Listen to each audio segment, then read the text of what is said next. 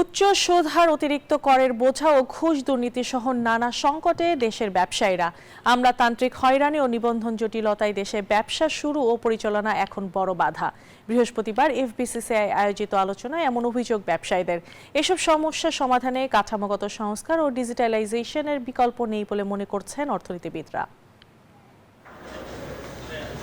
নতুন ব্যবসা শুরু করতে প্রয়োজনীয় কাগজ পেতে এখনো সময় লাগে 4 মাসের মতো। প্রতি বছর নবায়ন করতে হয় ট্রেড লাইসেন্স, দিতে হয় ব্যাংক ঋণের উচ্চ সুদ, এর সাথে জটিল কর কাঠামো আর উচ্চ করের হার, সব মিলে ব্যবসা শুরু কিংবা পরিচালনায় চরম ভোগান্তিতে ব্যবসায়ীরা।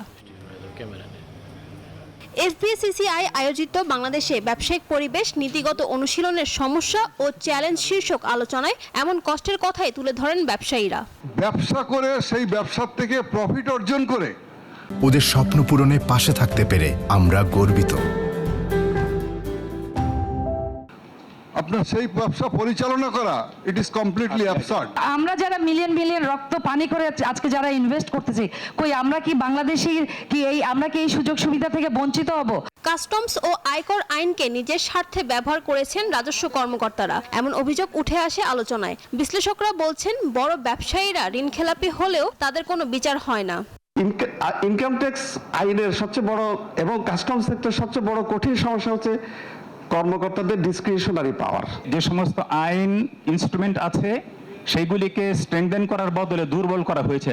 এনবিআর কে বলেন সেটা ওই এপ্রিল মাসে, এটা দিলেন কি দিলেন না এই ব্যাপারে কোনোদিন আর কোনো কথা বলতে যান না। কর ব্যবস্থাপনাকে স্বচ্ছতা ও হয়রানি মুক্ত করতে ডিজিটালাইজেশন নিশ্চিত করার তাগিদ দিয়েছেন অর্থনীতিবিদরা। তাদের প্রথম দাবি হবে বিজনেস রিলেটেড সমস্ত documentation, submission, registration, verification, monitoring, licensing এটা যাতে ডিজিটালাইজড করে।